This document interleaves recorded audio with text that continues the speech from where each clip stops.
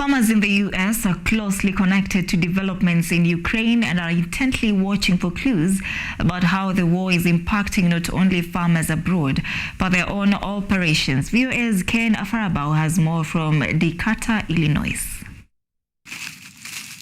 Adam Brown's farm just outside Decatur, Illinois, is about 8,700 kilometers from the front lines of the war in Ukraine.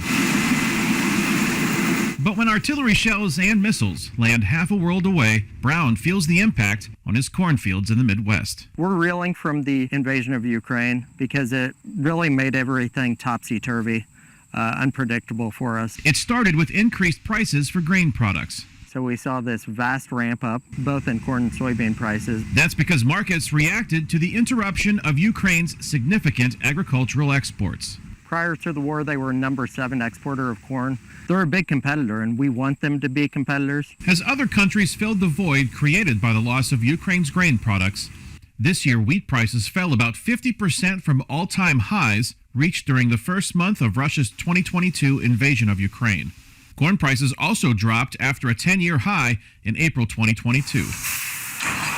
Russia's attacks on Ukraine's export infrastructure injected new volatility into the international marketplace. You'll see acts of aggression, missiles and things lobbed at grain silos along the Black Sea or grain ships that are compromised, and that'll lead prices to spike for a day, only for them to fall back down to some more sustainable volumes afterwards. Owen Wagner, a grains and oilseed analyst with Rabobank, says markets are continuing to adapt to Russia's attacks. It's a little bit of a sad reflection, I think, that the world has just sort of become accustomed to what's coming out of Russia.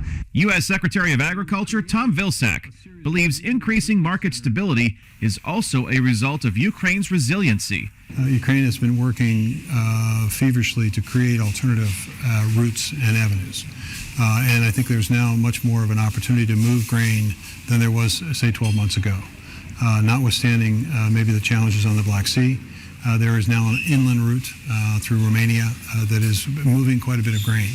So that's the good news. But farmer Adam Brown says the bad news is the decreased production coming from Ukraine. They've tilled about 25% less of their arable ground this year than they have prior to the war. So they're just not producing to the extent that they could. And what they are producing is still under attack from the Russians. As demand and prices continue to fluctuate, one person's gain could be another person's loss. It might spell better commodity prices for us, but that's not where we want to see our better prices come from. What we want to see is trade. We want to see better negotiations, better neighbors, and in turn, greater sustainability for the entire globe, really.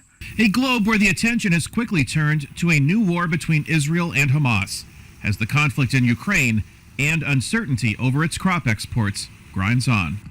Kane